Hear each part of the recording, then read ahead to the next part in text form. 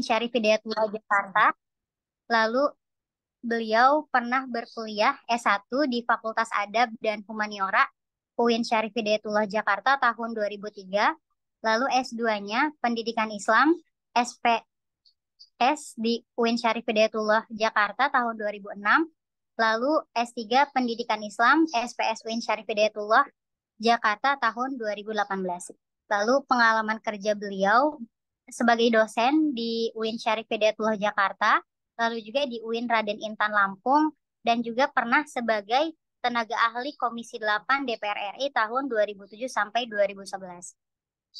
Untuk jenjang training di HMI, beliau LK1 di HMI Cabang Ciputat, lalu LK2 di Cabang Jakarta, lalu LKK di Cabang Bandung, dan LK3 di Cabang Pontianak.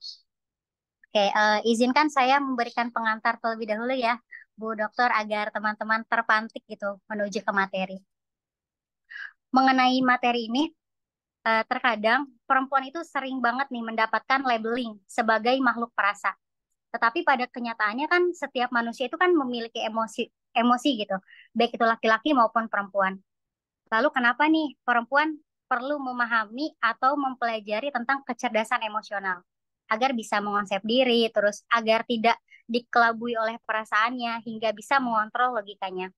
Dan ada juga beberapa labeling bahwa perempuan itu dianggap tidak bisa memimpin masyarakat karena dianggap tidak bisa mengontrol emosinya. Nah, terus juga dianggap tidak profesional dalam bekerja. Apa iya, gitu kan? Jadi maka dari itu, ayo teman-teman kita simak pembahasan kali ini mengenai perempuan dan konsep kecerdasan emosional, mengembangkan emosi intelijen untuk membangun kapasitas diri perempuan. Saya serahkan langsung kepada Ibu Dr. Iin, kepadanya dipersilahkan. Ya, terima kasih Mbak Riris. Salam kenal ya buat Mbak Riris dan teman-teman sekalian. Bismillahirrahmanirrahim. Alhamdulillah, alhamdulillahirabbil alamin. Assalatu wassalamu ala asrofil anbiya wal mursalin. Sayyidina Muhammadin wa ala alihi wa ashabi ajma'in. Amma ba'du.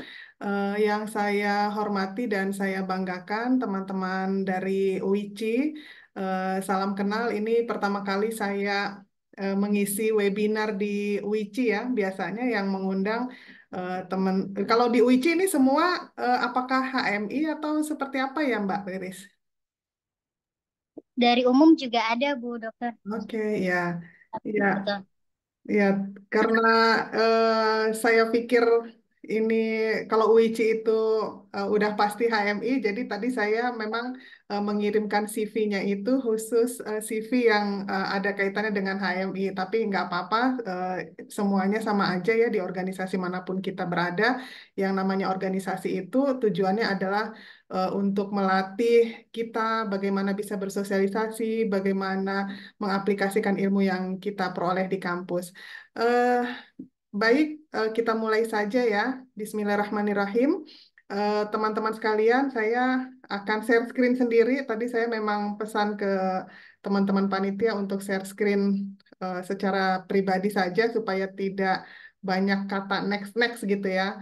Nah, ini saya menyiapkan slide PPT dalam waktu singkat karena sebetulnya panitia merequest itu di hari Senin kalau nggak salah ya. Cuma karena Senin sampai Jumat itu saya sedang mengikuti pendidikan Lemhanas RI, jadi diundur di hari weekend. Mohon maaf ini mengganggu aktivitas weekend teman-teman sekalian.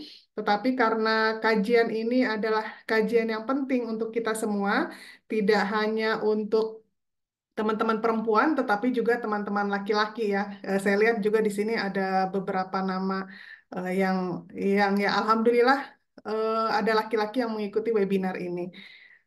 Baik, ini beberapa pengalaman saya di bidang organisasi. Saya sebutkan lain-lain karena saya memang aktivis sejak zaman mahasiswa sampai sekarang tidak berhenti karena memang perempuan itu sesuatu yang unik gitu ya dan bekerja atau mengabdi di bidang sosial kemasyarakatan menurut saya adalah satu hal yang mengasihkan gitu karena bisa menginspirasi banyak perempuan, bisa eh, sama-sama saling mendukung satu sama lain itu adalah suatu karunia yang menurut saya sangat luar biasa. Kemudian sebelum kita eh, lebih lanjut, Mungkin teman-teman sekalian biasa kalau ujian itu yang dites adalah intelektualnya ya, intelektualnya skornya berapa gitu. Tetapi juga ternyata di dalam kita berinteraksi dengan sesama, baik itu di lingkungan manapun, mau itu di kampus, di masyarakat, bahkan juga di dunia kerja, maka emotional intelligence ini adalah sesuatu yang niscaya untuk kita kembangkan, untuk kita upgrade.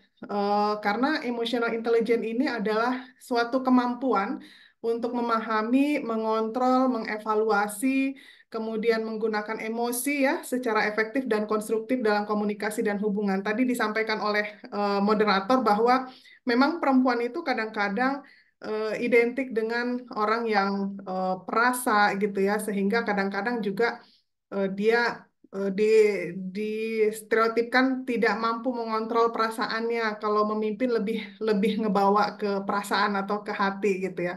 Nah, sebenarnya ini bisa dilatih gitu ya. Jadi sebagai seorang pemimpin, pemimpin ini konteksnya macam-macam ya, baik itu pemimpin dalam organisasi, pemimpin di dunia kerja, atau bahkan pemimpin untuk diri kita sendiri gitu ya. Ketika kita berhubungan dengan orang, kita masing-masing kita harus bisa mengenali siapa kita gitu ya. Bagaimana karakter kita sendiri, bagaimana emosi kita sendiri. Apakah kita ini seorang yang pemarah, mudah emosi, mudah meluapkan perasaan, atau orang yang mudah sedih gitu ya, atau orang yang mudah reaktif gitu terhadap apa namanya statement dari orang lain gitu. Nah, ini harus kita kontrol gitu ya.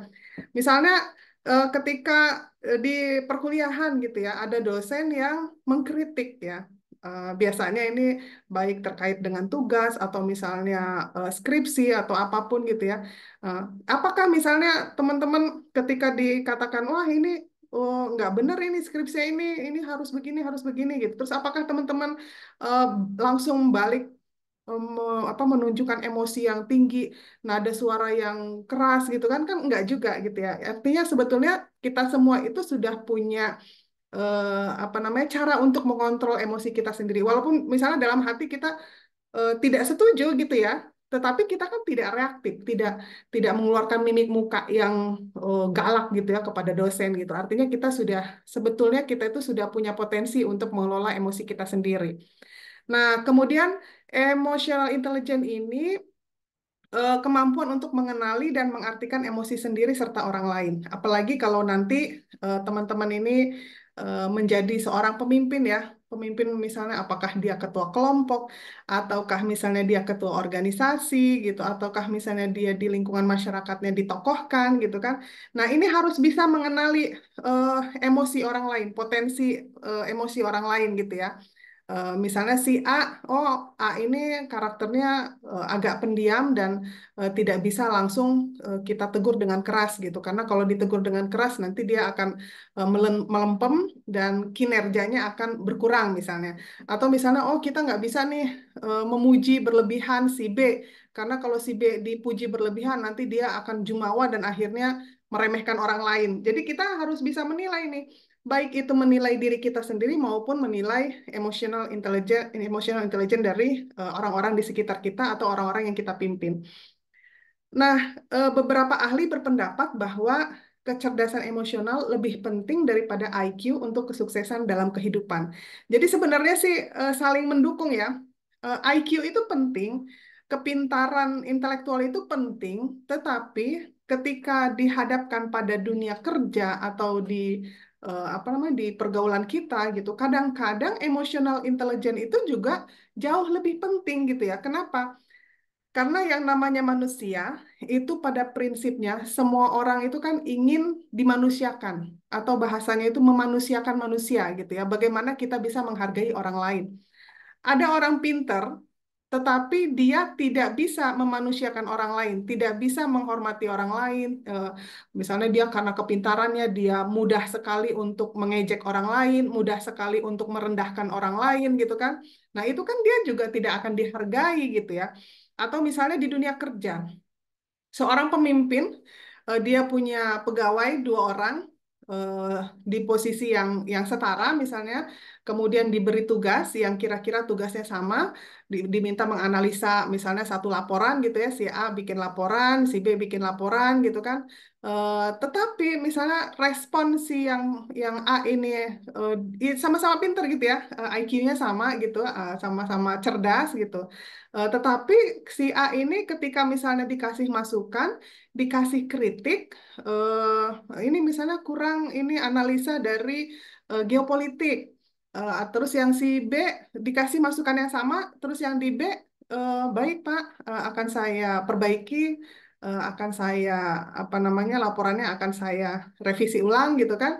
Sementara yang si A tadi ini ketika dikasih masukan dia merasa dia lebih pintar gitu ya, dengan emosinya misalnya dengan nada tingginya dia mempertahankan bahwa laporan yang dia buat itu adalah laporan yang sangat komprehensif, laporan yang sangat baik, tetapi cara cara menyampaikannya itu dengan seolah-olah tidak terima gitu ya. Mungkin kalian pernah juga menemukan teman-teman atau relasi gitu ya, yang kalau dikasih masukan itu langsung apa ya, egonya itu muncul gitu, tidak mau disalahkan, tidak mau dikritik gitu. Nah, akhirnya di dunia kerja biasanya orang yang emosional intelijennya itu bagus itu akan lebih gampang diterima di masyarakat atau di lingkungan kerjanya dibanding dengan orang yang pintar gitu ya. Kadang-kadang nih eh, yang terdekat aja ya. Kalian mungkin sering bertanya-tanya gitu ya di misalnya di susunan organisasi. Kan kita ini udah kuliah ya, berarti kan kita sudah melalui beberapa tahap. Misalnya di sekolah dulu ada OSIS, atau misalnya di pesantren ada macam-macam namanya ya. Kalau di pesantren saya namanya waktu itu apa ya, Madrasah Mu'alimin apa gitu. Jadi ketika diminta menjadi pengurus, kan sesama teman saling melihat tuh ya. Sesama teman saling melihat, ih kok dia sih yang jadi pengurus gitu kan? Padahal kan dia tidak lebih pintar dari si Fulan gitu kan.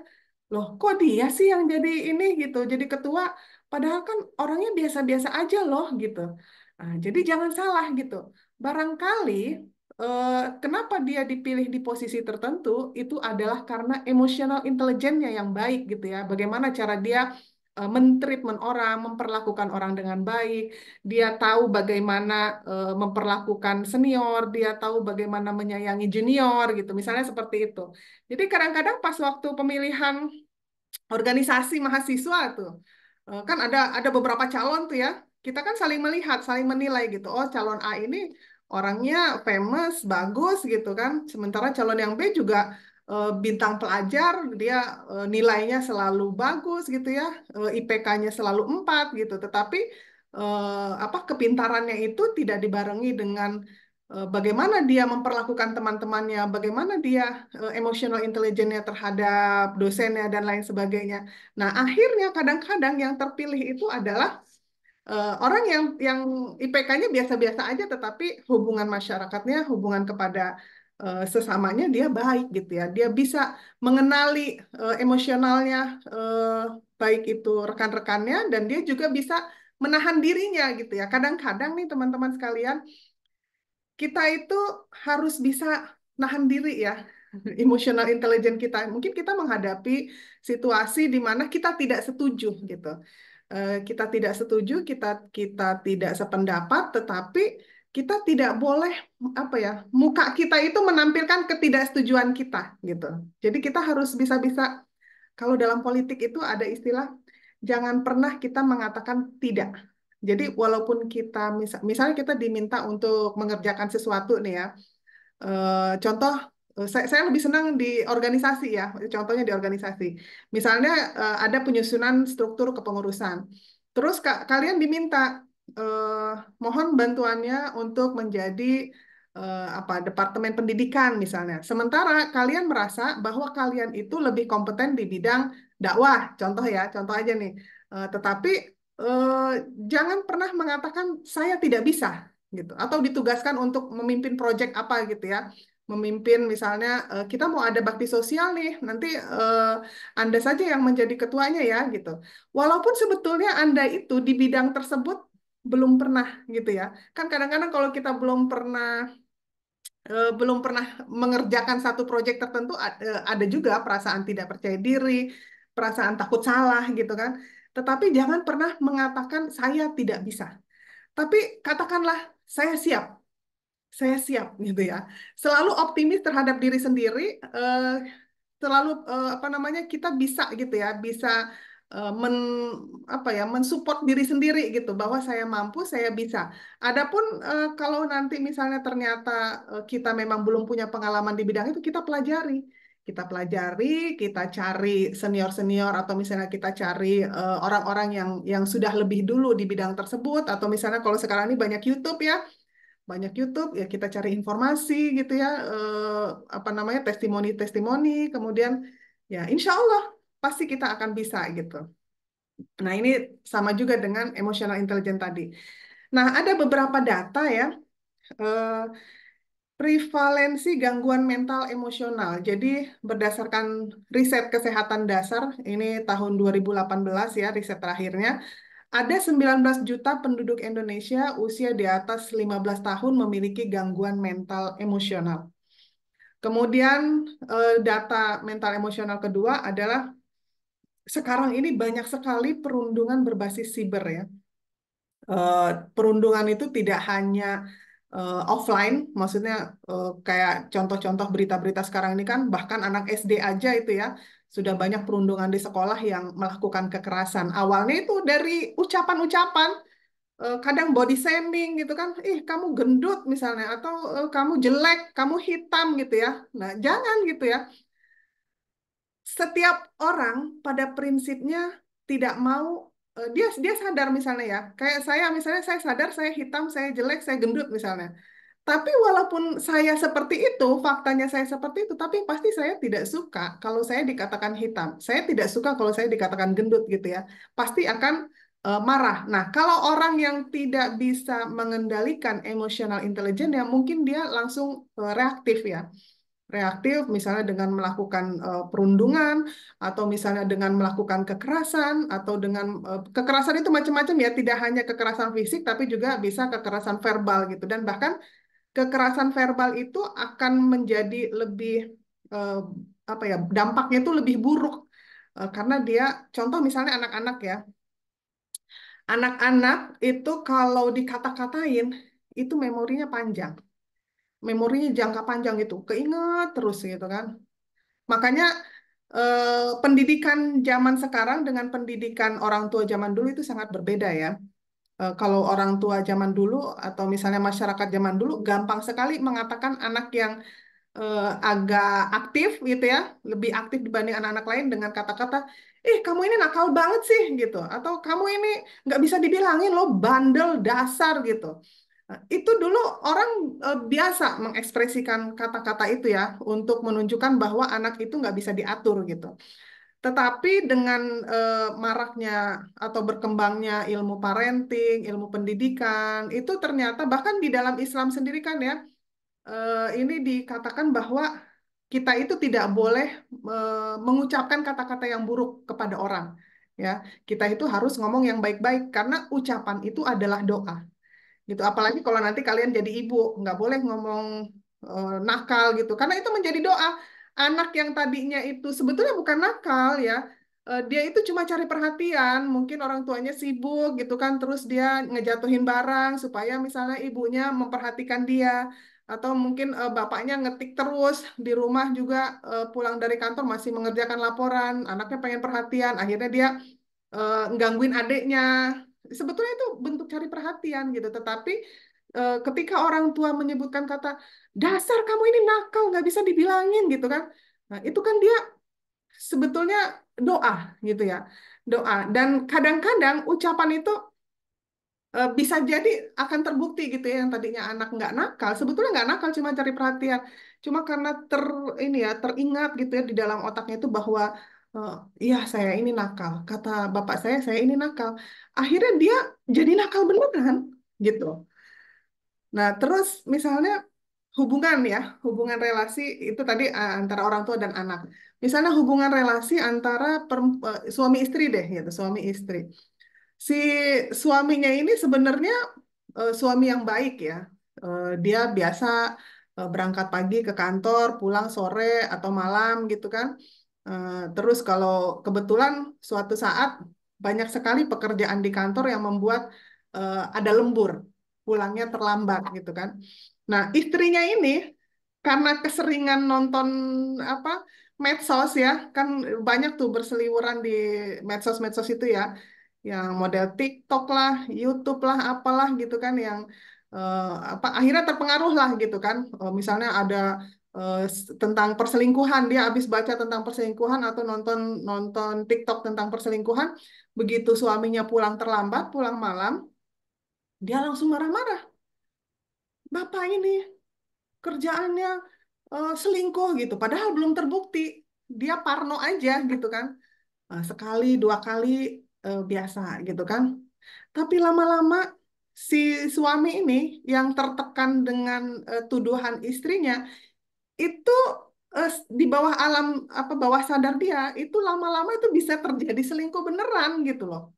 Gitu. Jadi hati-hati kita perempuan nanti kalau punya pasangan, apalagi punya suami misalnya yang menjadi dasar hubungan antara dua dua manusia itu kan kepercayaan gitu ya.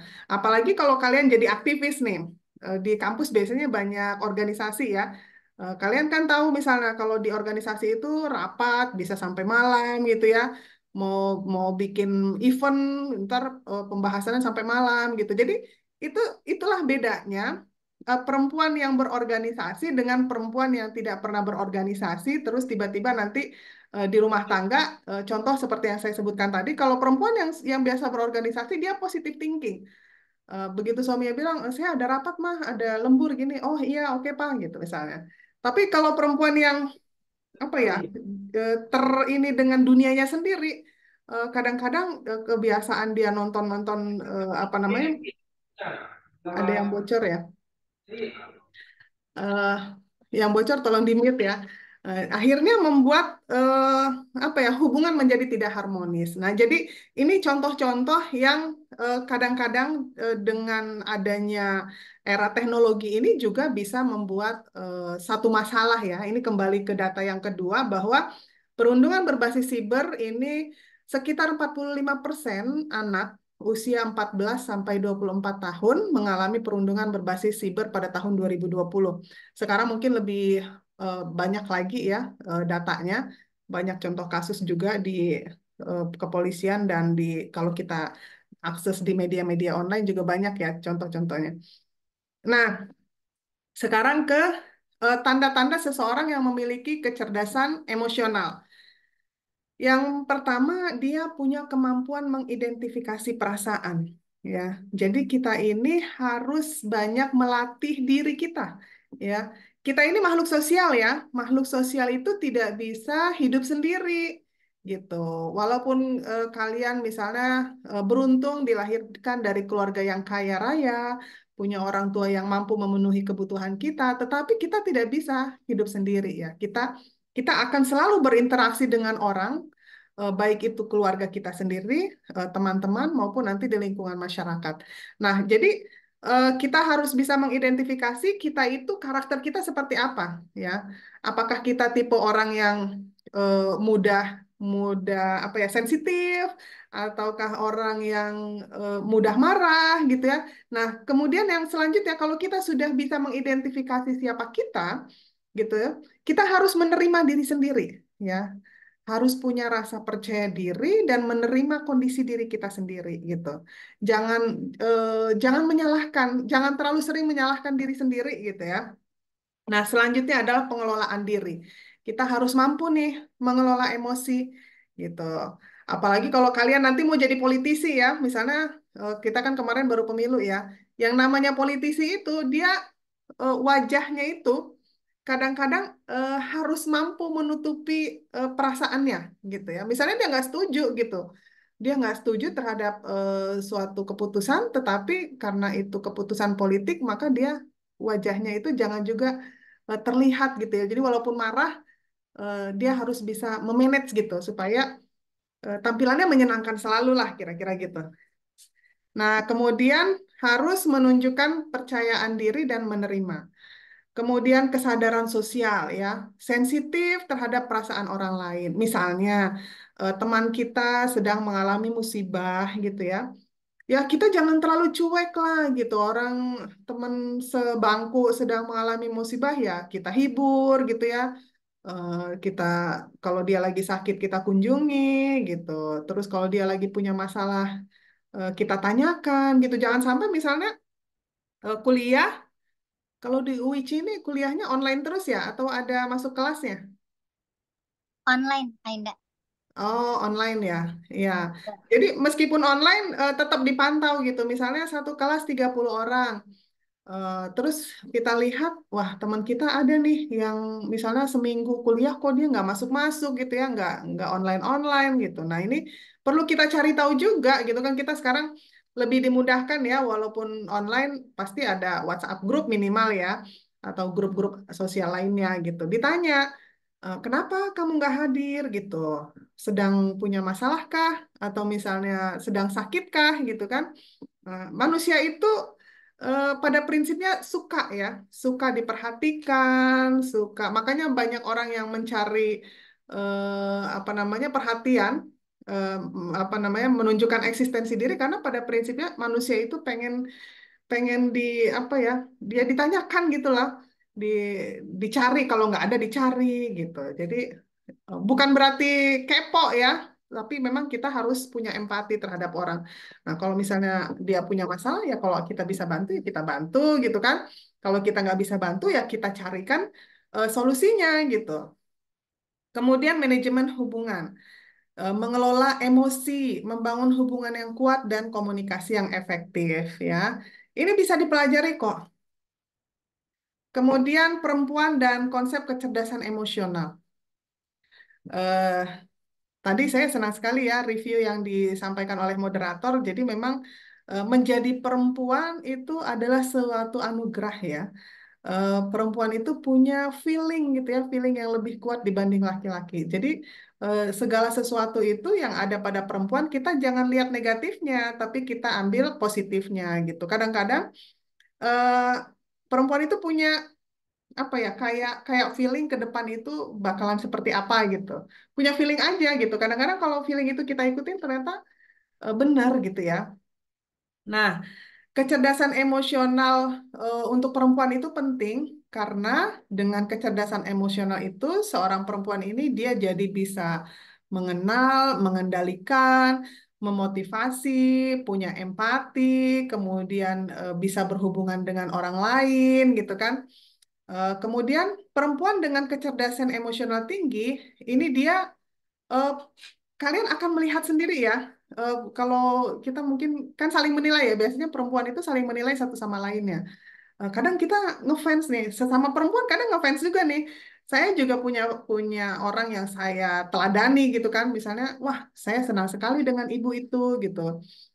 Karena saya kalau kalau di kampus itu saya mengidolakan beberapa orang gitu. Beberapa orang yang misalnya di atas saya ya.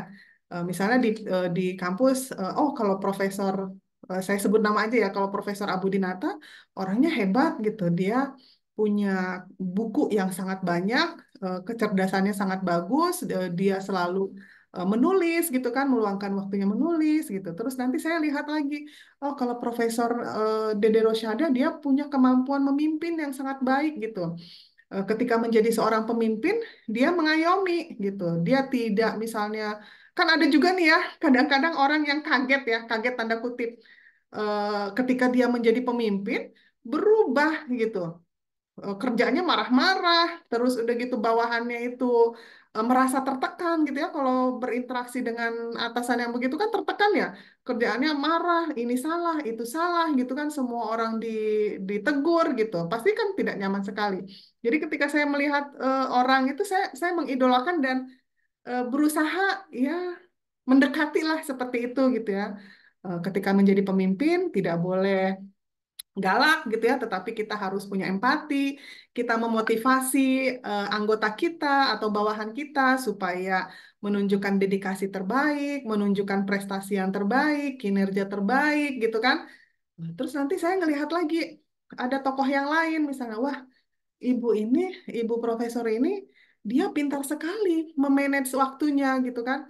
Eh, di di dunia akademik dia berhasil, di organisasi dia sukses menjadi seorang pemimpin, di dalam rumah tangganya juga anak-anaknya juga menjadi anak-anak yang soleh dan solehah gitu. Jadi kita itu nggak apa-apa gitu kita mengidolakan seseorang supaya kita punya motivasi untuk mengupgrade ya, mengupgrade kecerdasan emosional kita gitu.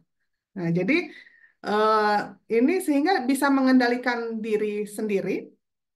Jadi kalau kita misalnya sedang emosi, setiap orang itu kan pasti punya masalah ya. Tidak ada orang yang tidak punya masalah. Bahkan anak kecil sekalipun itu punya masalah gitu. Apa masalah anak kecil? Dia merasa kalau dia mau melakukan segala sesuatu dilarang. Mau lari-larian dilarang, mau hujan-hujanan dilarang gitu kan. Padahal dia nggak tahu gitu, kenapa dilarang hujan-hujanan, karena kalau hujan-hujanan nanti sakit gitu kan. Tapi kan yang ada di pikiran anak-anak, saya mau senang-senang, saya mau main kok dilarang gitu. Jadi masalah mereka karena mereka tidak bisa melakukan apa yang mereka inginkan. Begitu juga kayak kita pasti punya masalah masing-masing. Dan setiap orang itu, kalau kalau kita kembalikan kepada ajaran agama ya, Allah itu tidak akan memberikan cobaan, tidak akan memberikan masalah di luar batas kemampuan kita. Jadi ketika kita diberi satu masalah atau ada konflik gitu ya, yakinlah bahwa Allah sudah mengukur kadar kemampuan kita. Dan kalau kita berhasil melewati tantangan, melewati masalah-masalah kita, melewati konflik yang kita hadapi, maka kita akan naik kelas. Grade kita akan meningkat gitu ya. Sama kayak kalian nih kuliah, kalau mau naik semesternya, mau naik misalnya sekarang semester eh, genap ya, semester 2 semester 4 kan harus ada UTS, UAS dulu, baru nanti naik tingkat atau naik semesternya gitu ya. Nah, jadi ya seperti itu gitu dan ini bisa kita latih terus-menerus ya. Selanjutnya, nah penentang perempuan itu pejuang kesetaraan ya. Karena perempuan itu sering menghadapi stereotip, kemudian masih merasa ada diskriminasi gitu ya. Kemudian eh, perempuan untuk mencapai satu posisi tertentu itu harus punya effort 2 kali lebih besar dibanding laki-laki, gitu ya. Kalau boleh saya memberikan testimoni, mohon izin ini, saya sekarang ini kan sedang mengikuti namanya pendidikan Lemhanas ya.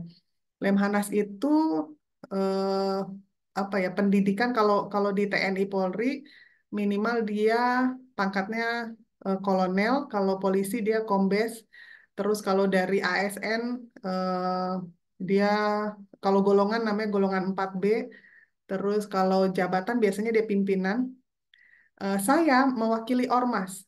Jadi ada hikmahnya saya aktif di organisasi karena saya salah satu pimpinan organisasi sehingga saya bisa mengikuti Lemhanas. Nah, dari 100 orang peserta yang melalui seleksi ketat, hanya 4 orang perempuan yang menjadi peserta. Dan ketika saya menjadi peserta, minoritas nih, berarti kan 4% ya. Padahal kalau kuota aja, kuota affirmative action di bidang politik aja kan 30%. Ini cuma 4%.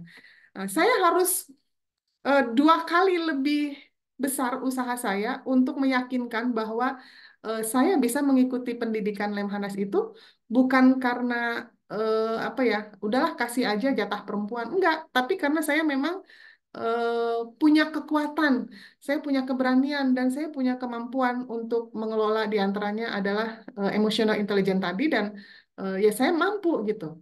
Jadi eh, saya harus apa ya menghadapi stereotip-stereotip ini gitu. Tetapi seiring berjalannya waktu, alhamdulillah sekarang saya bisa ngikutin dan bisa membuktikan kepada bapak-bapak itu, yang pemimpin-pemimpin itu bahwa perempuan juga bisa gitu. Dan tidak mendapatkan perlakuan khusus, misalnya ketika ada latihan-latihan fisik, misalnya harus apa dikurangi grade-nya enggak gitu. Saya bisa melakukan hal yang sama, sama seperti laki-laki gitu. Nah, jadi ya itu tadi perempuan itu sebetulnya kalau di Indonesia ini sudah banyak peluang yang setara gitu ya. Tinggal bagaimana kita bisa mengisi kesetaraan itu dan menunjukkan bahwa perempuan menempati di tempat tersebut bukan karena dipersilahkan gitu, tetapi karena memang kita punya kemampuan yang setara gitu dengan kaum pria. Nah, kemudian yang kedua, keterampilan kepemimpinan dan kolaborasi. Jadi perempuan ini harus mampu memperhatikan kebutuhan dari semua pihak ya. Kita harus bisa mengakomodir, menempatkan orang sesuai dengan keahliannya. Jadi kita itu harus bisa menilai orang. Contoh misalnya teman-teman ini di antara 50-an orang ini kan kita sudah saling tahu ya. Misalnya oh si A ini punya potensi yang sangat baik, misalnya dia di bidang ekonomi kreatif gitu ya. Jadi dia cocoknya nih di organisasi misalnya di bidang apa ekonomi atau misalnya si B ini orangnya sangat cermat gitu ya dalam mengelola keuangan. Oh, dia cocoknya sebagai bendahara. Terus yang satu dia mampu misalnya memanage organisasi. Oh, dia cocok nih bantu saya, dia jadi sekretaris misalnya seperti itu. Jadi seorang perempuan itu juga punya potensi untuk menjadi seorang pemimpin. Dia tidak boleh apa ya, tidak boleh tertutup gitu. Jadi sekarang ini yang namanya keberhasilan dalam suatu organisasi itu tidak one man one show gitu, tetapi kita harus melakukan kolaborasi, kolaborasi dengan teman-teman, kolaborasi antar organisasi gitu kan. Nah, ini saya senang sekali bisa join di sini dengan UICI, artinya kita ini sudah menjalin kolaborasi gitu ya. Jadi UICI tidak eksklusif hanya orang UICI, tapi juga mengundang dari berbagai pihak gitu, sehingga wawasan kita akan semakin terbuka gitu. Kemudian kecerdasan emosional perempuan. Nah, perempuan dengan kesadaran diri yang tinggi dan komitmen yang untuk terus belajar ya. Jadi saya harap mohon izin ya nanti kalau misalnya saya waktunya agak kelamaan di ini aja di cut aja juga boleh gitu. Siapa Nggak Indah? apa-apa, Bu. Ibu aja. Masih banyak waktunya. Masih banyak ya, iya oke. Tuh, Ya, nah jadi eh, ini tidak hanya untuk perempuan ya, tapi karena judulnya tadi ada kaitannya dengan kecerdasan emosional perempuan, jadi tapi laki-laki juga berlaku ini. Jadi kita sebagai seorang manusia ya, kita itu harus terus belajar ya. Kalau di dalam Islam itu kan belajar itu sejak dari buayan sampai ke liang lahat ya. Dan belajar itu tidak hanya di lembaga pendidikan formal. Dimanapun kita berada, kita harus terus belajar di lingkungan masyarakat. Kemudian apa dengan adanya media-media online seperti ini kan potensi kita untuk mengupgrade diri ini lebih lebih tinggi ya. Nah, kemudian dengan kecerdasan emosional ini utama gitu ya, bukan tambahan gitu. Kalau kita bisa memanage emosi kita, kecerdasan emosional kita, maka kita akan bisa menjalin hubungan dengan siapa saja gitu kan. Sebetulnya ajaran Islam itu udah cukup komprehensif ya. Kan di dalam Islam itu misalnya kita harus menghormati yang lebih tua, menyayangi yang lebih muda gitu kan, menghargai sesama gitu. Kalau kita perkuat itu, kita pasti akan diterima oleh banyak pihak gitu ya. Kalau kita diterima oleh berbagai kalangan, baik yang muda ataupun yang tua, maka apapun message yang ingin kita sampaikan tentang visi misi kepemimpinan kita, maka akan sampai gitu. Contoh nih sekarang ya, kita udah pemilu dan sudah ditetapkan oleh KPU bahwa presiden kita sudah cukup senior dan wakil presidennya sangat junior gitu kan. Nah, mau nggak mau gitu kan, kita, saya deh, saya yang sudah cukup berumur ini, ya, ya tentu saja saya harus menghormati wakil presiden yang usianya sangat muda gitu kan. Nah, nah tinggal bagaimana si pemimpin ini bisa, yaitu tadi, eh, bisa kecerdasan emosionalnya itu bisa ditingkatkan lagi gitu ya. Nah, tanda-tanda kecerdasan emosional yang tinggi pada perempuan, biasanya dia bisa merasakan ya, bisa memahami emosi orang lain, membantu meredakan konflik, memperkuat hubungan. Kadang-kadang kita bisa melihat nih, bisa menilai teman sendiri ya. Ada teman yang kok bawaannya kita itu pengen curhat gitu ya, sama teman yang satu ini, sama bestie lah ya bahasa anak gaul itu, sama bestie ini kayaknya enak banget gitu kalau curhat sama dia itu lega gitu kan.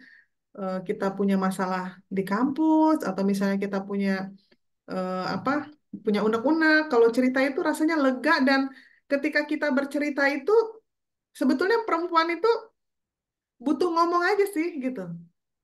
Kadang-kadang nggak perlu ditanggapin juga, yang penting didengerin aja gitu.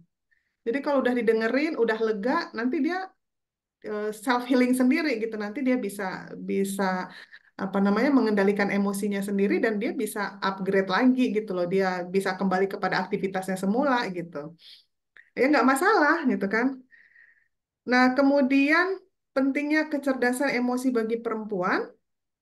eh jadi kalau kalau perempuan itu bisa memahami emosi, selain dia bisa mengendalikan emosinya sendiri, dia juga bisa memahami emosi orang lain. Maka ya pokoknya aman, nyaman, damai, tentram lah ya. Kemudian, nah, mengembangkan emotional intelligence untuk membangun kapasitas diri perempuan. Teman-teman sekalian, menjadi perempuan itu sesungguhnya menyenangkan ya. Jadi tergantung dari sisi mana kita melihat satu masalah gitu ya. Eh, Kadang-kadang saya juga di satu sisi saya menikmati gitu menjadi perempuan, sering dikasih apa ya? Kalau laki-laki yang mengerti itu ladies first gitu. Seneng aja sih digituin ya. Walaupun kadang-kadang sebagai aktivis saya juga ya kita harus setara gitu ya. Kalau misalnya pas lagi di antrian, ya silakan Pak, Bapak udah duluan. Jadi ya saya antri sesuai antrian gitu. Jadi ya tetapi dengan perlakuan-perlakuan seperti itu sebetulnya itu bagian dari menghargai perempuan ya. Nah, mengembangkan emosional intelijen, membangun kapasitas diri perempuan. Ini tadi bagaimana kita memanage diri sendiri, kemudian punya rasa empati, punya keterampilan sosial ya. Nah, keterampilan sosial ini bisa dilatih ya. Eh, Bagaimana kita melakukan komunikasi gitu ya. Komunikasi itu tidak boleh mendominasi. Komunikasi itu harus timbal balik. Coba misalnya Anda sedang berkumpul gitu ya.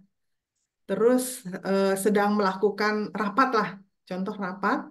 Terus ada satu orang yang mendominasi, pokoknya dia maunya pendapat dia yang dijalankan, maunya pendapat dia yang didengarkan, tetapi dia tidak mau mendengar masukan orang lain, dia tidak mau menerima saran orang lain gitu kan, kan nggak asik ya. Kayaknya gimana gitu ya, yang namanya di dalam organisasi itu kan kita melatih juga kemampuan mendengar. Kalau kalau berbicara sih gampang gitu.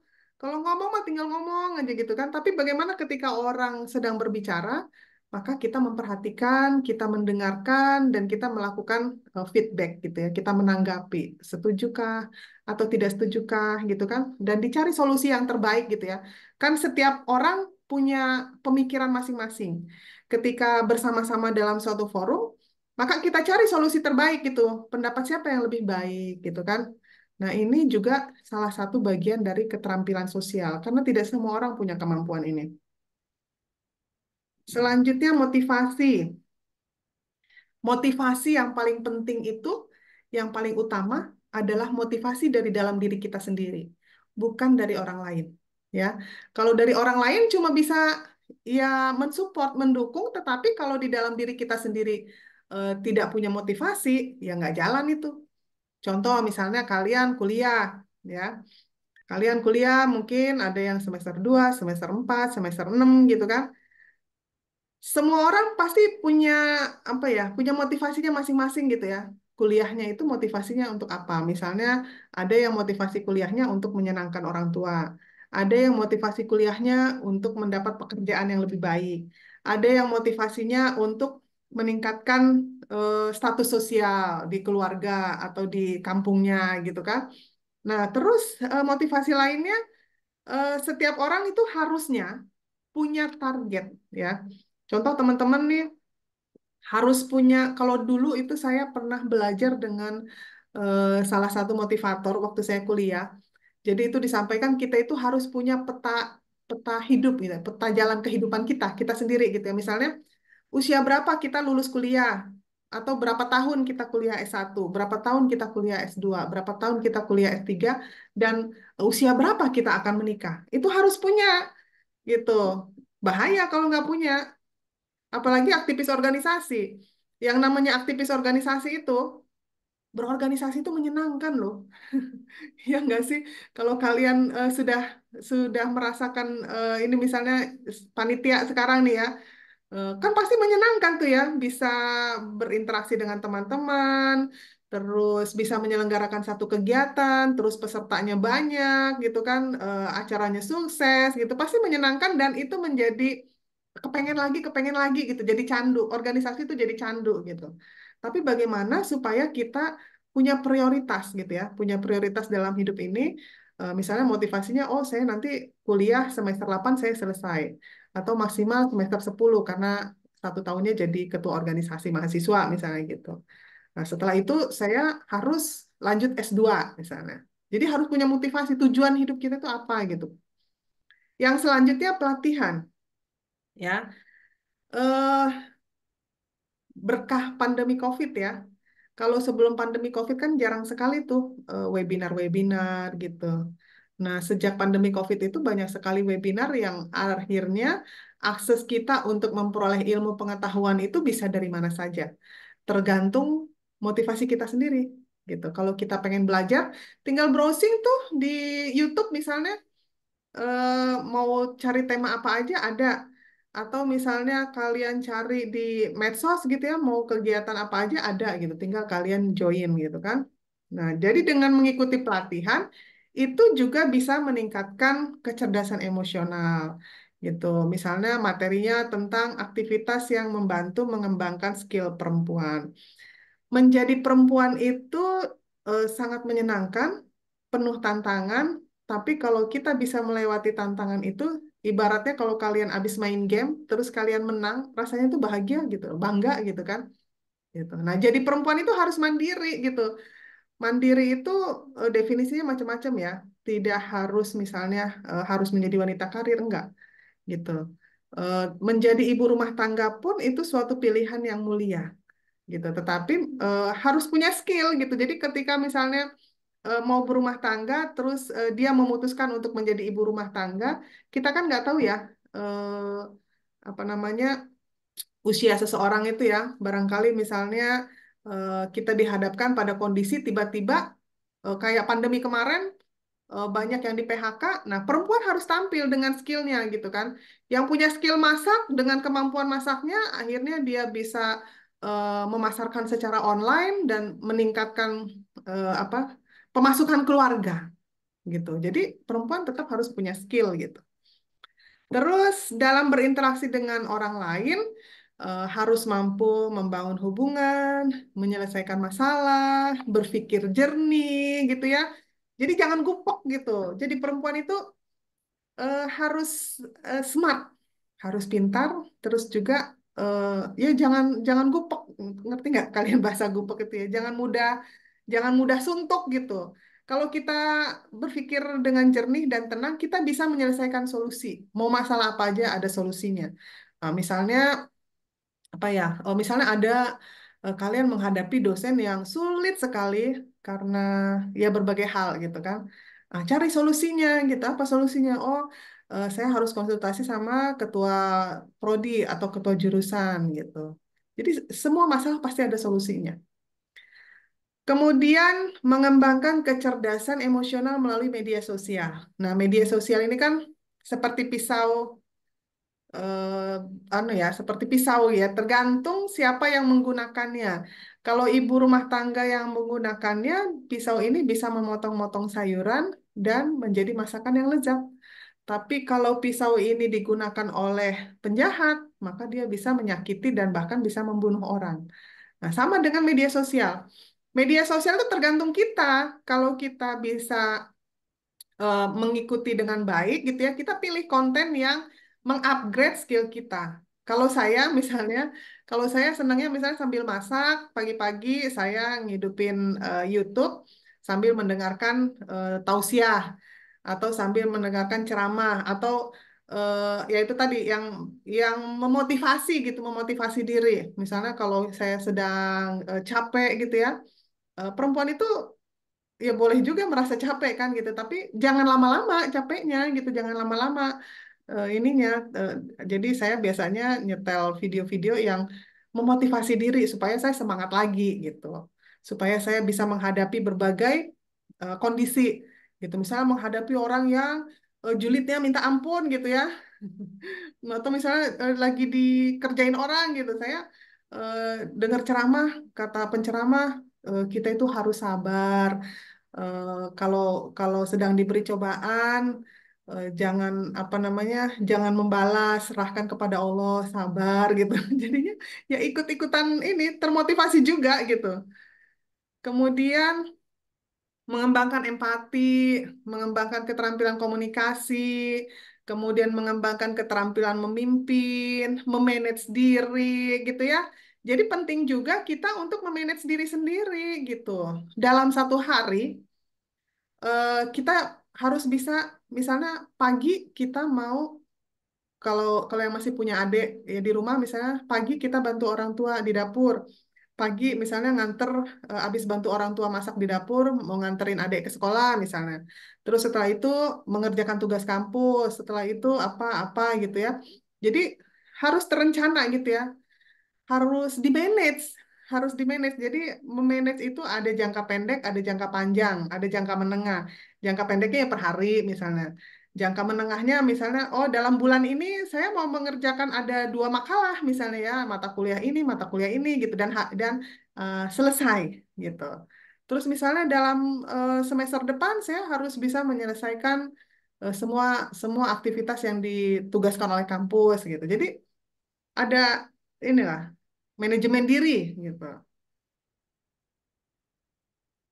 Cara untuk meningkatkan kecerdasan emosional, ini cara meningkatkannya ya. Ini beberapa contohnya. Self awareness, kemampuan untuk mengenali dan memahami emosi diri. Jadi caranya itu kita ini nggak boleh anti kritik ya. Eh, jadi kita kalau berteman dengan orang itu take and give lah ya. Take and give, jangan jangan take doang dan jangan give doang gitu. Jadi take and give seimbang gitu ya.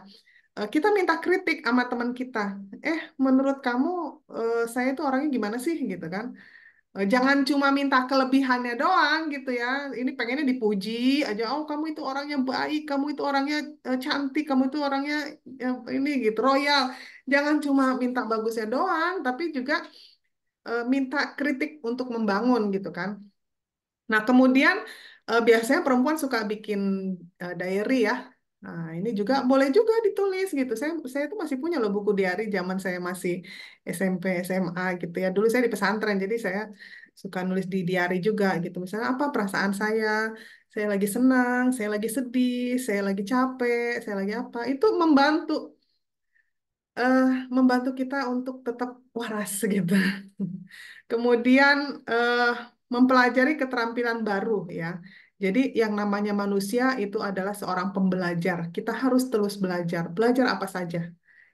Kemudian eh, pengendalian diri. Nah, caranya adalah tetap tenang saat menghadapi stres ya. Kalau di teknik ini misalnya bernapas dalam-dalam atau ada yang bocor ya. Ya, nah, jadi tetap tenang ketika menghadapi suatu masalah gitu ya. Sering kalau untuk pendekatan agamanya ya sholat itu jangan ditinggalkan, sering membaca Al-Quran gitu kan, sering mengikuti kajian-kajian, ceramah gitu. Kemudian ya apa namanya wudhu ya. eh, Kalau orang tua saya tuh selalu menjaga wudhunya gitu. Kalau saya belum belum seperti orang tua saya gitu ya, tapi minimal ibadah-ibadah 5 waktunya jangan ketinggalan gitu kan. Kemudian jangan terlalu reaktif ya. Ketika kita menghadapi orang yang, kan kadang-kadang kita ketemu aja nih orang-orang yang bikin kita sebel, bikin kita bawaannya kalau ketemu dia itu apa ya, emosi gitu, nyebelin. Ya kita jangan terlalu reaktif juga gitu, atau boleh juga misalnya kita jangan berdua-duaan sama orang yang nyebelin itu gitu ya, misalnya ya rame-rame gitu walaupun kita nggak suka sama dia, Jangan juga kita tunjukin kalau kita itu benci banget sama dia gitu ya. Biasa aja lah, biasa aja gitu. Jadi kita harus bisa mengendalikan emosi kita. Kemudian keterampilan sosial. Nah, caranya adalah menjadi pendengar yang baik dan melakukan kontak mata saat berbicara gitu. Contoh, ketika misalnya kalian sambutan nih, sambutan jadi ketua panitia, jangan juga misalnya baca aja teks itu kan, atau misalnya jadi pemakalah. Pas jadi pemakalah baca aja itu makalahnya, tapi kalian tidak melihat audiens, itu nggak ini juga, nggak asik juga ya. Ya kalian kan mungkin pernah ngelihat gitu ya, ketika teman misalnya dia textbook banget gitu ya, hanya membaca tapi kita tidak dilihat, itu kurang kurang bagus kecerdasan emosionalnya. Jadi yang bagus adalah misalnya kalian pelajari aja makalahnya atau misalnya bahan sambutannya itu kalian pelajari. Nggak usah terlalu textbook lah, yang penting kalian udah dapat poin-poinnya.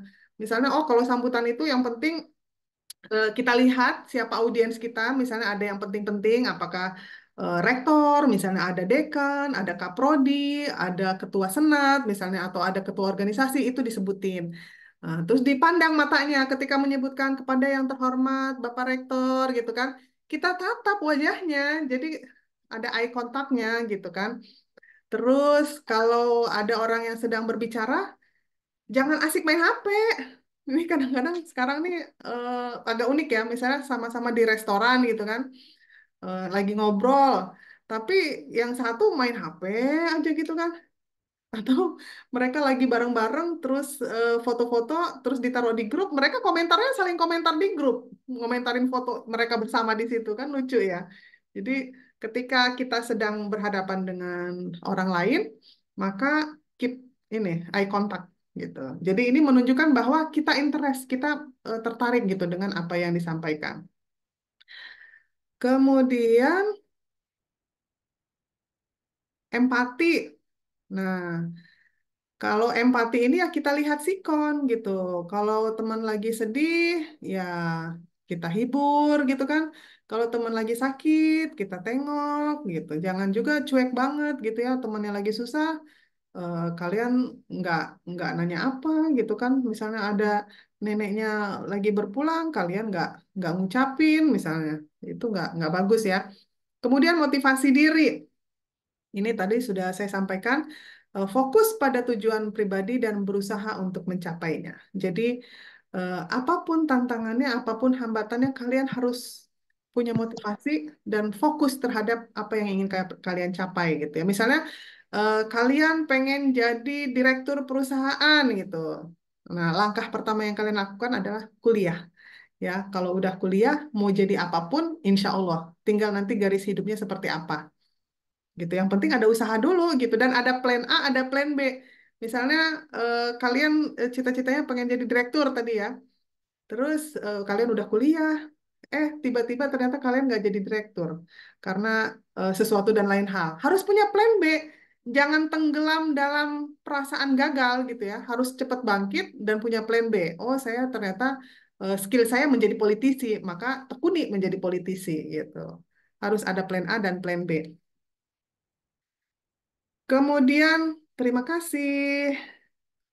Demikian presentasinya. Saya kembalikan kepada moderator.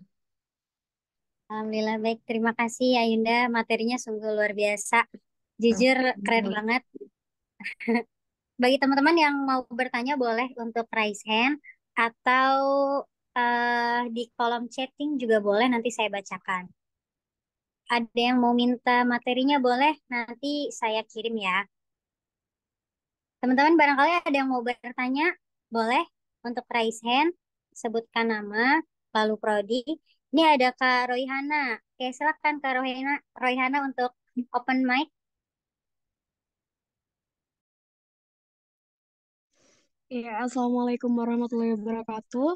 Mohon maaf ini nggak bisa on cam soalnya lagi nggak stabil posisinya. Baik, Kak Royhana.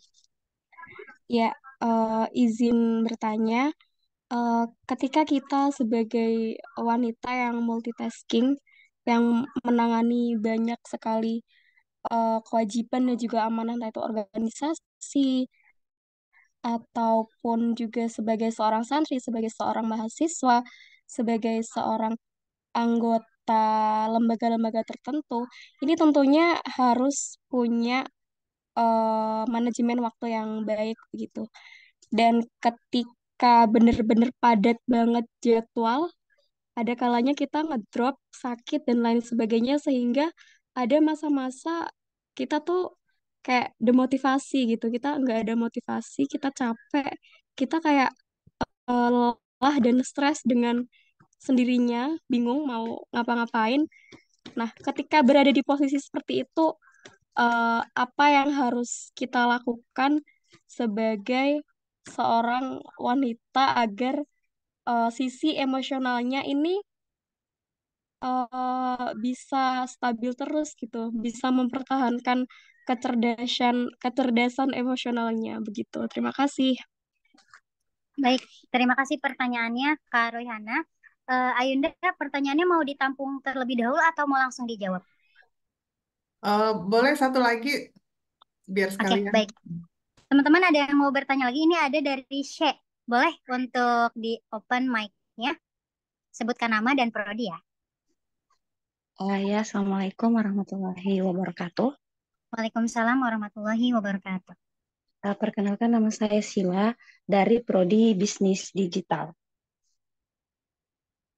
Kedengaran Yunda suaranya? Terdengar? Iya, sangat menarik. Tentunya ini menjadi insight baru untuk saya pribadi terkait bagaimana seorang perempuan itu sebenarnya. Namun di sini yang saya ingin pertanyakan bahwa dalam sebuah pendidikan dalam ranah keluarga, tadi kan sempat membahas tentang parenting ya. Uh, Kadang ada ya dalam keluarga yang uh, menetapkan ini apa didikan patriarki gitu, yang dimana uh, pekerjaan yang wilayah domestik itu tidak boleh disentuh oleh laki-laki dalam tanda kutip, hanya boleh perempuan gitu. Sedangkan kalau di luar sana kan kadang uh, apa ya uh, perempuan itu selalu di apa ya dicap sebagai misalkan nggak baik ketika perempuan keluar malam. Sebenarnya kan sama juga posisinya ketika laki-laki juga keluar malam misalkan. Dan sekiranya uh, persoalan yang namanya publik dan domestik itu kan uh, itu adalah sebuah hal yang bisa dimiliki atau bisa diduduki oleh kedua laki-laki atau perempuan gitu. Dan tidak apa ya bukan menjadi sebuah fitrah perempuan itu kan ya seperti yang kita pahami mengandung, melahirkan, menyusui kan, sehingga itu yang menjadi sebuah ancaman juga untuk membangun generasi yang baik ke depannya. Kita kan terjebak di situ pada persoalan itu, pendidikan patriarki itu. Kira-kira dengan pengalaman Yunda dari beberapa organisasi untuk menangani hal-hal yang seperti itu, sebenarnya solusi yang uh, benar-benar solutif untuk seorang perempuan itu sendiri bagaimana mengatasi ketika misalkan dipertemukan laki-laki yang seperti demikian. Terima kasih. Saya kembalikan ke Yunda. Assalamualaikum warahmatullahi wabarakatuh. Waalaikumsalam warahmatullahi wabarakatuh. Ayunda boleh satu lagi nggak? Boleh, silakan. Silakan Kak Antonius untuk dinyalakan mic-nya. Oke, terima kasih. Assalamualaikum. Untuk pertanyaan saya tadi kan menyangkut juga tentang kondisi emosional. Nah, kondisi emosional lebih pada mengetahui diri sendiri, ini yang mungkin kita merasa kesulitan ya untuk apakah saya ini memang untuk mengukur, lebih pada mengukur kondisi emosional kita itu seperti apa, kecerdasan emosi kita itu seperti apa, dan apakah ini sudah benar saya melakukan itu. Tapi kalau misalnya kita menilai atau melihat sikap dari orang lain itu kan mungkin bisa ya kita rasakan kok empatinya kurang ya. kok simpatinya kurang ya, kok cara bicaranya seperti itu loh. Tapi kalau yang saya tanyakan lebih pada diri sendiri, ini bagaimana kita bisa menilai bahwa atau memahami kondisi emosi, kondisi kecerdasan emosi kita ini sudah eh, apa namanya bisa dikatakan, oh saya sudah melakukan itu, saya sudah ini. Ciri-cirinya seperti apa untuk menilai diri sendiri? Gitu kalau menurut saya. Terima kasih. Terima kasih atas ketiga pertanyaannya. Boleh Ayunda untuk dijawab. Ya, terima kasih untuk semua penanya. Ada Mbak Royhana, Mbak Sewa, dan Mas Antonius ya. Luar biasa nih pertanyaannya, berkualitas semua ini ya.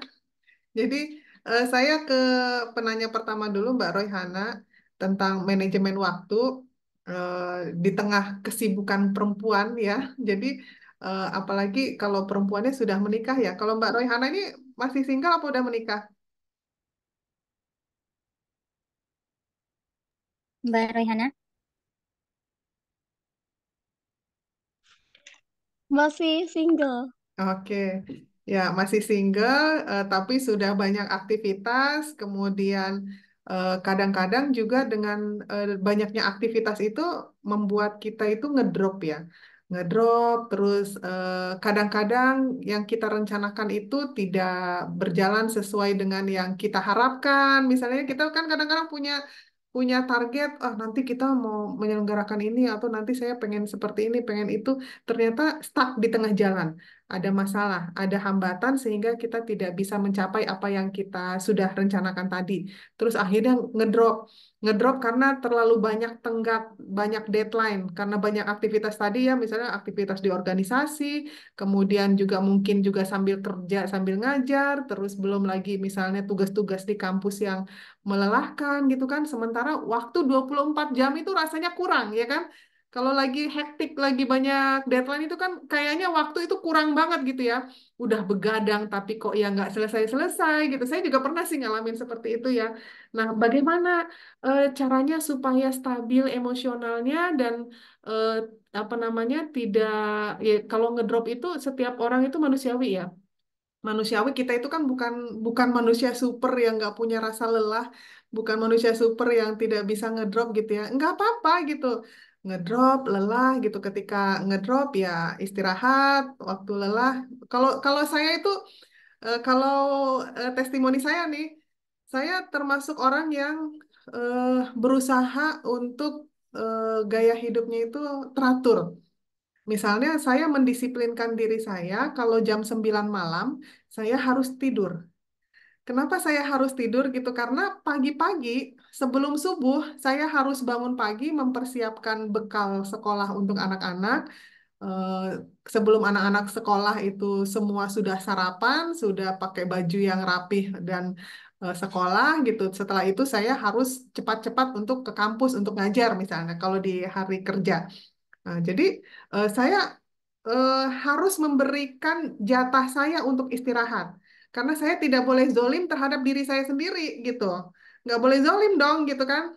Badan kita ini punya keterbatasan gitu. Badan kita punya keterbatasan, jadi waktunya istirahat harus istirahat. Waktunya makan harus makan. Gitu. Misalnya kan kalau menurut dokter juga kan makan itu ya teratur lah. Kecuali misalnya kalau yang puasa ya. Kalau yang puasa sunnah ya puasa lebih baik gitu. Tapi kalau yang tidak puasa ya minimal makan itu yang teratur. Pagi misalnya saya mendisiplinkan diri jam 6 pagi sebelum saya beraktivitas kemana-mana, saya harus sarapan supaya saya punya energi gitu kan. Terus nanti siang jam 12 ya maksimal jam 1 saya harus makan siang supaya saya tuh kalau nggak makan itu migrain. Kalau saya migrain, saya nggak bisa mikir. Kalau saya nggak bisa mikir, saya nggak bisa menyelesaikan tugas-tugas. Nanti sore, jam 5 sore, misalnya saya juga harus makan karena kalau makan terlalu malam, nanti saya tambah gendut, misalnya gitu. Jadi, kita harus memberikan hak atas tubuh kita, gitu. Itu kalau prinsip saya. Dan alhamdulillah, meskipun saya jadi aktivis itu udah lama ya, dari tahun 99, sejak saya mahasiswa sampai saya punya anak 3, saya itu tidak pernah berhenti beraktivitas gitu. Tapi dengan hidup teratur itu mengurangi mengurangi ngedrop gitu. mengurangi ngedrop dan semua insya Allah kalau kalau tubuh kita dipenuhi haknya kan tubuh kita ini makhluk hidup ya, maksudnya perlu makan, perlu minum gitu kan, perlu istirahat gitu. Itu aja yang simpelnya itu. Terus juga dari sisi emosional, bagaimana bisa stabil? Itu tadi seperti yang saya sampaikan, kita harus mengenali diri kita sendiri. Kalau saya supaya stabil, saya yaitu tadi beraktivitas, bersosialisasi dengan kegiatan di organisasi kemasyarakatan, dengan saya bisa berbagi, eh, saya merasa emosi saya menjadi lebih stabil gitu. Tapi tiap-tiap orang kan mungkin treatmentnya pasti beda-beda ya. Jadi manajemen waktu, skala prioritas. Kalau waktu kuliah, ini mungkin kalau kalian masih kuliah, eh, biasanya itu ada, kalau istilah saya itu jatah bolos, tanda kutip ya, bukan berarti harus diambil gitu kan. Misalnya setiap dosen itu waktu di awal kontrak kuliah, di awal itu biasanya mereka menjelaskan 16 pertemuan, satu semester, ada UTS, ada UAS, kemudian toleransi misalnya 80% kehadiran. Kalau zaman saya dulu 75% kehadiran. Berarti saya punya 25% jatah bolos. Misalnya, oh saya hitung-hitung nih, berarti 2 kali atau 3 kali misalnya. Itu misalnya ya, saya nggak ngajarin. Tapi ini kan manajemen waktu.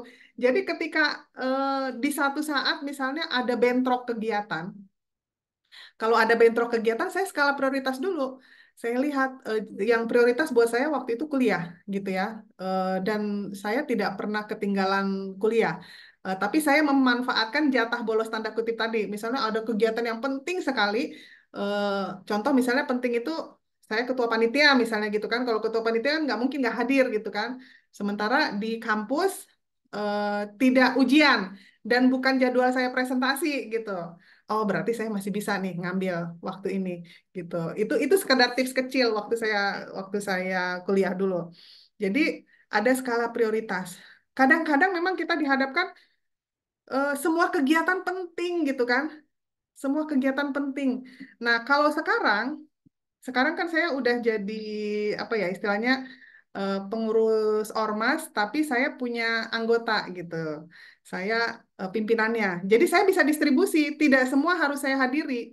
Misalnya ada undangan dari MUI, oh saya distribusikan yang menghadiri ketua bidang dakwah karena kaitannya dengan MUI. Terus misalnya di satu saat ada eh, kegiatan menghadiri kegiatan apa gitu.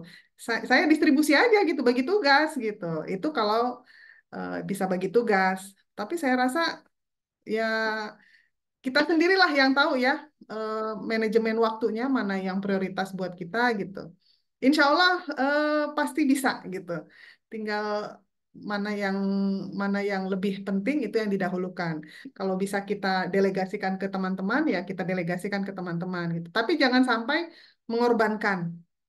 Jadi kalau sebagai mahasiswa tentu saja prioritas utama adalah kuliah gitu. Apalagi kalau pas jam presentasi ya, misalnya jadwal kalian presentasi makalah, ya itu jangan sampai nggak hadir gitu. Terus pas waktu UTS sama UAS, ya jangan gara-gara mau jaga stand di kampus, terus mengorbankan UTS dan UAS itu juga salah gitu. Jadi kalian yang tahu prioritasnya yang mana. Terus bagaimana supaya stabil emosionalnya? Ya healing ya. Healingnya macam-macam kan, tergantung kita sukanya apa healingnya gitu. Kalau misalnya ada yang sukanya healingnya itu mengunjungi keluarga di luar kota, misalnya pas kemarin kan habis mudik, setelah dari mudik langsung apa ya, karena udah lama nggak ketemu keluarga, jadinya fresh lagi ketika beraktivitas. Atau misalnya healingnya adalah ketika ketemu dengan teman-teman, sekedar makan bersama di apa di warteg gitu ya, bisa kumpul bareng, makan bareng itu udah healing. Jadi setiap orang pasti punya punya healingnya sendiri-sendiri gitu ya. Atau misalnya kalian senang ke panti asuhan gitu, ngasih bantuan dengan memberi, membuat perasaan jadi lebih lega gitu kan, menjadi lebih lebih luas, lebih lapang hatinya gitu. Jadi tergantung. Makanya itu tadi kita harus bisa mengenali potensi atau emosional kita sendiri gitu ya, emosional intelijen kita sendiri itu kita yang tahu gitu. Ini kaitannya tadi dengan Mas Antonius ya, bagaimana mengetahui diri sendiri gitu. Memang gampang ya, gampang sekali kalau menilai orang lain. Tapi nih ya, misalnya kita nunjuk orang nih ya, nunjuk orang, satu jari nunjuk ke orang, tapi kan empat jari itu nunjuk ke diri sendiri. Empat jari itu nunjuk ke diri sendiri. Jadi kalau kita nyalahin orang lain, nunjuk orang, oh dia ini orangnya begini nih, apa namanya, orangnya pemarah, orangnya one man one show gitu kan. Tapi bagaimana diri kita sendiri gitu kan. Nah, tadi saya tampilkan di slide, di antaranya caranya adalah dengan minta kritik dari orang lain. Jadi misalnya ada teman-teman satu kelompok gitu ya, kita saling ini, tapi jangan marah gitu. Misalnya berempat, berlima gitu ya, ada kalau zaman sekolah dulu namanya geng-gengan gitu ya. Ada besti lah kalau bahasa sekarang itu bestinya, misalnya berlima ngumpul gitu ya, saling kritik, kritik membangun gitu kan. Misalnya giliran Mas Antonius nanya ke Mbak Riris dan ke Mbak Faradila misalnya gitu kan. Coba dong kamu sampaikan menurut kamu saya itu gimana sih gitu. Jadi jangan cuma bagus-bagusnya doang, tapi yang jeleknya juga kita terima. Misalnya nanti ada yang ngomong, oh Mas Antonius itu orangnya nggak enakan gitu. Nggak enakan misalnya kalau diminta orang, diminta bantu, Mas Antonius tolong dong, ini bikin makalah ini. Oh iya gitu, ntar dibikinin. Terus nanti ada lagi yang minta tolong, Mas Antonius ini dong gitu. Pokoknya setiap yang dimintain tolong, Mas Antonius selalu mengiyakan gitu. Nah, jangan salah, kita tidak bisa menolak itu juga tidak baik ya. Karena manusia itu tidak bisa menyenangkan semua orang gitu ya. Jangan kita gara-gara menyenangkan orang lain tapi kita mengorbankan diri kita sendiri gitu. Boleh membantu orang sebatas kemampuan kita gitu. Tapi kalau misalnya kita sudah overload gitu ya, sudah terlalu banyak beban pekerjaan misalnya, Mas Antoni sini mahasiswa ya? Iya, Bu. Iya, mahasiswa. Misalnya minggu ini sudah terlalu banyak deadline. Ada 2 sampai 3 makalah atau ada beberapa tugas dari dosen yang ya harus segera dikerjakan. Terus tiba-tiba misalnya ada kegiatan organisasi. Diminta untuk bikin proposalan, terus nanti datang lagi tugas diminta untuk menghandle event tertentu, menghandle ini, menghandle itu. Itu kan namanya mengorbankan diri sendiri. Kita tuh punya limit loh, punya batas. Jadi boleh kok menolak gitu. Boleh menolak, mohon maaf untuk minggu ini saya belum bisa membantu karena saya sedang mengerjakan ini gitu. Jadi kita boleh menolak. Jadi memang hanya kita sendiri yang tahu kapasitas kita. Karena kalau kita terima semua tugas, kita terima semua orang yang nggak enakan gitu ya istilahnya ya.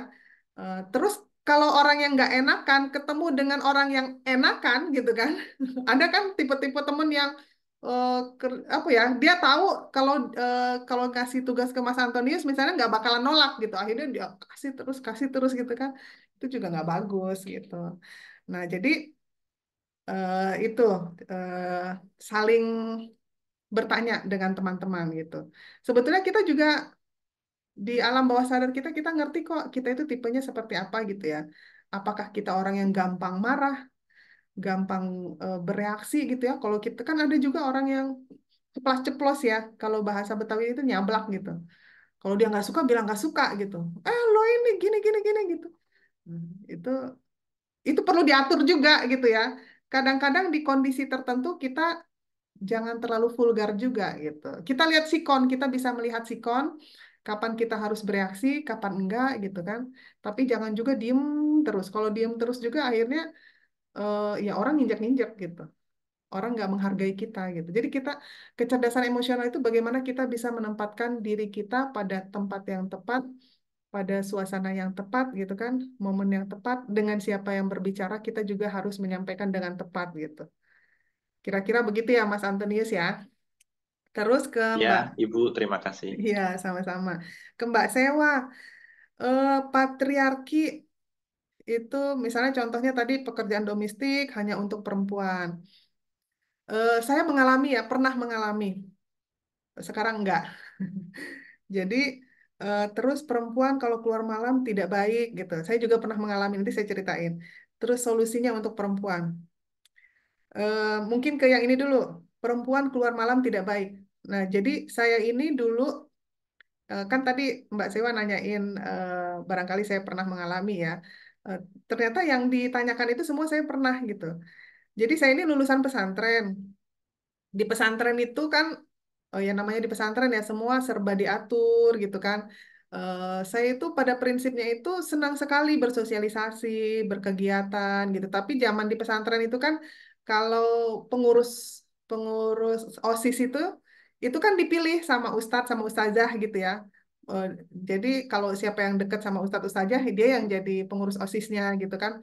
Eh, nah akhirnya ketika saya kuliah saya mengekspresikan apa yang tidak pernah saya dapatkan waktu di pesantren. Misalnya saya pengen sekali beraktivitas gitu ya, saya pengen sekali memberikan kontribusi saya untuk orang-orang di sekitar saya gitu kan.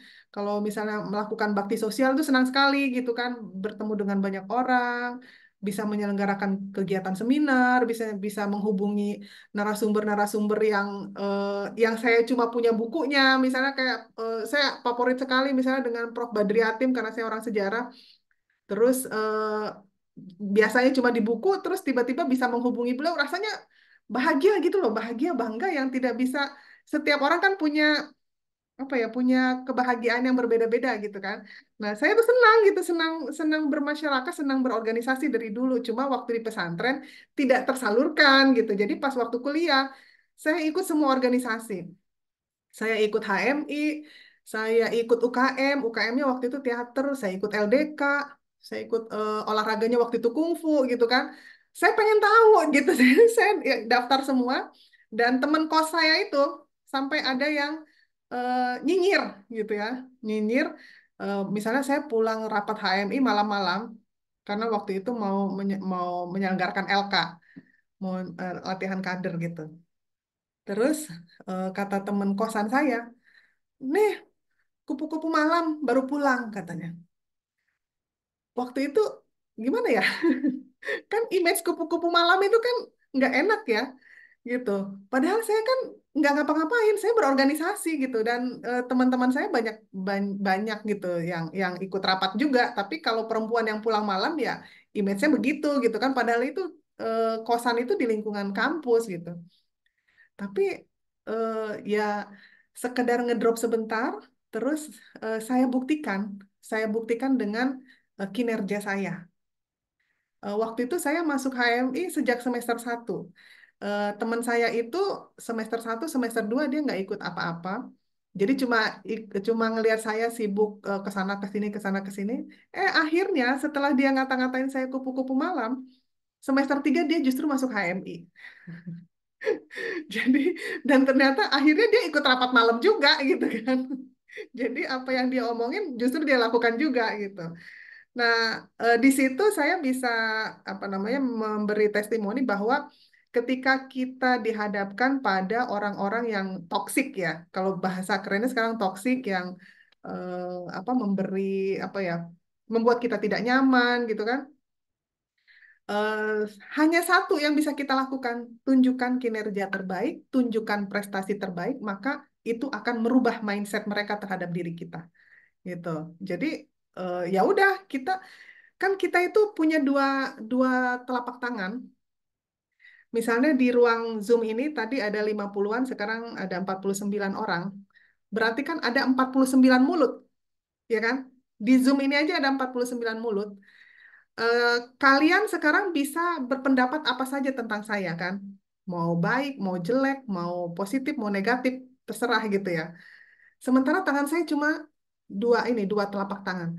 Saya kan tidak bisa menutup 49 mulut yang ada di Zoom ini, 49 orang ini saya nggak bisa nutup. Yang bisa saya lakukan adalah saya menutup telinga saya. Gini, kedua tangan saya hanya bisa saya gunakan untuk menutup telinga saya dari omongan-omongan negatif, omongan-omongan toksik yang membuat saya down, yang membuat saya apa apa tadi ngedrop ya, yang membuat saya lelah hati, saya tutup aja gitu. Jadi kita tidak harus mendengarkan semua omongan negatif itu gitu. Nah, terus patriarki pekerjaan domestik hanya untuk perempuan. Saya juga punya pengalaman nih. Keluarga besar saya patriarki banget, baik dari keluarga ibu yang orang Sumatera Utara maupun dari keluarga bapak yang orang Sumatera Selatan. Jadi dua-duanya Sumatera. Di Sumatera itu laki-laki itu betul-betul dilayani, ya. Kalau di kampung misalnya ada kondangan, ada prasmanan, itu biasanya yang disuruh makan duluan tuh laki-laki. Yang ngambil makan duluan itu laki-laki. Jadi kalau laki-laki di dalam hajatan itu belum selesai makan, perempuan kalau ada yang maju ikut antri makanan itu ini dinyinyirin loh. Ih, kok dia ngambil makan sih, kan itu bapak-bapaknya belum selesai gitu. Apalagi kalau di kampung. Terus kalau laki-laki biasanya dihidangkan kan, perempuan itu menghidangkan makanan melayani buat laki-laki gitu. Itu satu. Terus suatu saat eh, saya udah menikah nih. Itu kan kondisi patriarki di keluarga ya. Nah, suatu saat saya menikah dan alhamdulillah menikah dengan aktivis sama-sama HMI gitu. Dan tercerahkan. Mungkin seperti Mas Antonius dengan Mas Aditya dan beberapa teman-teman laki-laki yang di sini ya, dengan Mas Muhammad Arif gitu kan, biasa ikut kajian-kajian bertema-tema seperti ini nih, akhirnya kan tercerahkan kan, gitu. Makanya saya senang sekali kalau ada diskusi-diskusi tidak hanya perempuan yang didiskusi tentang kesetaraan gender, tetapi ada laki-laki juga, karena itu merubah mindset ya, yang tadinya patriarki akhirnya menjadi setara gitu lah. Nah, terus suami saya ini sangat setara gitu kan. Eh, Suatu saat kita tuh berbagi tugas, sebetulnya nggak diomongin kamu harus ini, kamu harus ini, enggak. Sadar diri aja. Misalnya kalau saya lagi ngasuh anak, suami saya apa masak, dia memang suka masak waktu itu ya. Dia suka masak. Atau misalnya pas saya lagi masak, karena anak kami masih kecil-kecil, suami saya yang jagain anak. Sebenarnya nggak masalah kan? Ya kan anak bareng ya kan? Makan juga buat makan bersama gitu kan. Tapi karena budaya patriarki tadi, tiba-tiba keluarga besar paman saya, ada beberapa paman yang waktu itu datang, kayak kayak sidak gitu loh. Datang ke rumah pas kondisi suami saya lagi masak di dapur gitu. Padahal biasanya juga kita, kadang saya juga yang masak gitu sebetulnya. Cuma waktu itu suami saya mau masak gitu kan. Itu seperti aib. Saat itu seperti aib. Jadi ini, wah itu kenapa itu kok yang masak laki-laki katanya gitu. Emang Iin kemana aja gitu kok suaminya disuruh masak katanya gitu. Akhirnya, padahal suami saya biasa aja. Orang dia mau sendiri gitu kan. Terus ya ya sekedar ini aja apa namanya ya ya kita jelaskan aja, oh enggak kok ini emang saya lagi mau masak aja kata suami saya gitu, ya itu kondisinya gitu kan. Terus tapi ada juga ini kan versi satu ya, versi kedua sebetulnya bukan hanya perempuan yang tidak nyaman di kondisi budaya patriarki, sesungguhnya laki-laki pun demikian ya. Kita perspektifnya jangan hanya ke perempuan terus, tapi kita juga harus memposisikan diri bagaimana ketika kita menjadi seorang laki-laki, ya kan? Ya, Mas Antonius ya. Jadi, Sangat setuju, Bu. iya, kita Kayaknya jangan, perempuan selalu sering merasa dizolimi. iya, iya, kadang-kadang ini perempuan selalu menuntut kesetaraan, perempuan tidak apa namanya diperlakukan setara atau apa. Tapi kita juga harus memahami ketika kita berada di posisi laki-laki, ya. Dalam budaya patriarki, laki-laki itu kan identik dengan kepala keluarga, pengambil keputusan, pencari nafkah, ya kan? Pemimpin utama, dia yang menentukan semua di keluarga gitu kan. Itu idealnya. Tapi kan tidak selamanya laki-laki itu mendapat keberuntungan, misalnya dia punya apa pekerjaan yang mapan, dia punya penghasilan yang bagus sehingga dia bisa membiayai semua kebutuhan rumah tangga, gitu. Sementara di dunia patriarki, laki-laki adalah pemimpin gitu. Tapi pada kenyataannya sekarang mencari kerja susah. Mencari kerja susah. Kalau perempuan itu masih enak loh. Kita itu punya dua pilihan. Ya, perempuan itu punya dua pilihan. Dia bisa memilih sebagai ibu rumah tangga yang berperan di wilayah domestik, dan dia bisa memilih sebagai perempuan berkarir atau di wilayah publik. Kita punya pilihan. Tapi laki-laki di dunia patriarki sekarang ini, dia tidak punya pilihan. Padahal dia nggak memilih loh, maksudnya memang kondisinya dia belum dapat pekerjaan, kondisinya dia belum bisa misalnya menafkahi keluarga gitu kan, sudah berusaha ke sana ke sini tapi belum belum mendapat pekerjaan, tetapi cemoohan keluarga besar itu loh, ya nggak sih? Satu kampung itu ngomongin, oh si itu numpang sama bininya katanya, kerjanya di rumah aja, nggak apa namanya, nggak kerja di luar, nggak punya uang gitu. Itu kasihan loh laki-laki yang eh, dalam posisi seperti itu gitu. Jadi sebetulnya ya makanya bagaimana caranya? Ya dengan minimal dengan forum-forum seperti ini ya.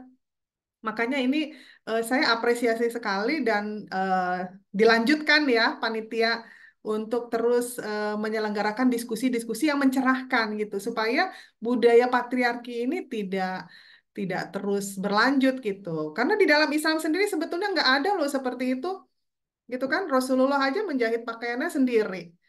Terus istri-istri Rasulullah juga sudah diberikan kesetaraan.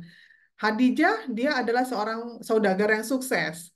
Siti Aisyah, dia juga seorang perawi hadis. Dia menjadi guru bagi semua sahabat yang ingin tahu tentang bagaimana Rasulullah dalam kehidupan rumah tangga. Dan lain-lain. Banyak contoh dari sejarah Islam ya gitu. Jadi ya yang bisa kita lakukan adalah melalui forum-forum diskusi seperti ini.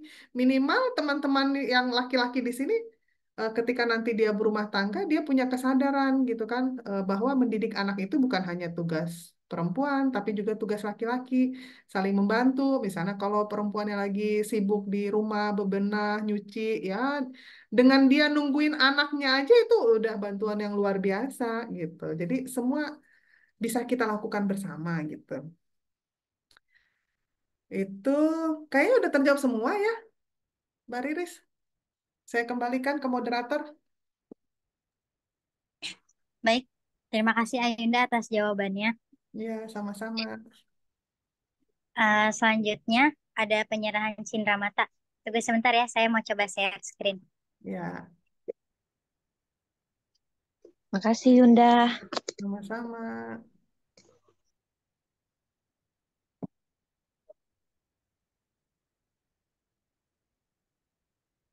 Mana ya?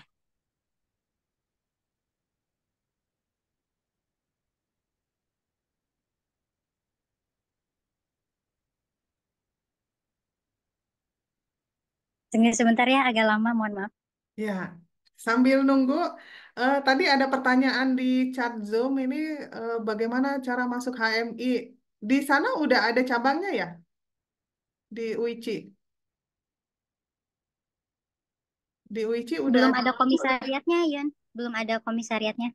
Oh, biasanya bisa nginduk ke kampus terdekat deh. Jadi Tuh, misalnya UICI itu masuk Jakarta ya? masuk Jakarta, iya. Berarti nanti Jaksel, Jakarta Selatan. berarti nanti kalian bisa mengajukan ke HMI cabang Jakarta Selatan, terus nanti dari sana nanti mereka yang membentuk komisariat UICI misalnya gitu. Setelah itu nanti ikut ini LK1 latihan kader 1 gitu. Ayunda, ini ada piagam penghargaan dari kami, dari KPIC, Ya, yaitu Kajian Perempuan Insan Cita. Mohon diterima ya, Ayunda. Mohon siap. maaf untuk saat ini dalam berbentuk eh, foto. Ya, terima kasih. Terima kasih banyak, Ayunda. Sama-sama.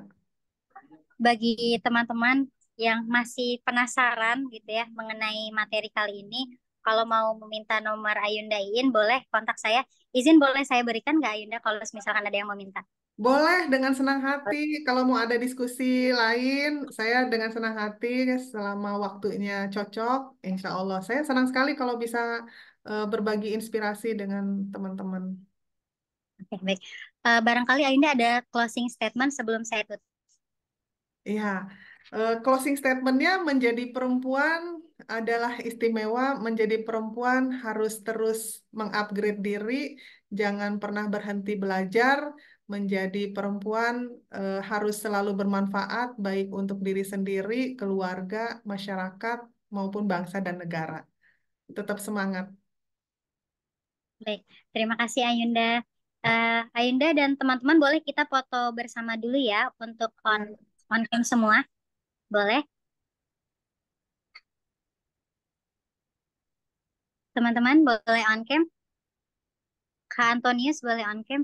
Dan teman-teman yang lain, kita sesi foto terlebih dahulu. Kak Latifah untuk yang foto siapa ya?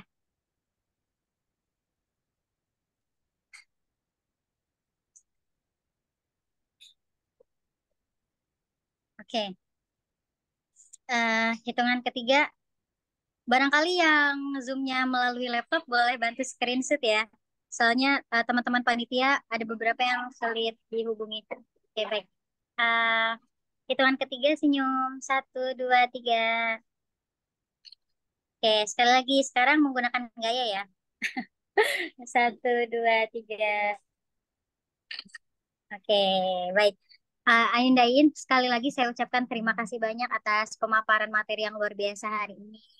Dan teman-teman juga terima kasih banyak sudah bergabung. Ditunggu di Binar ke-9.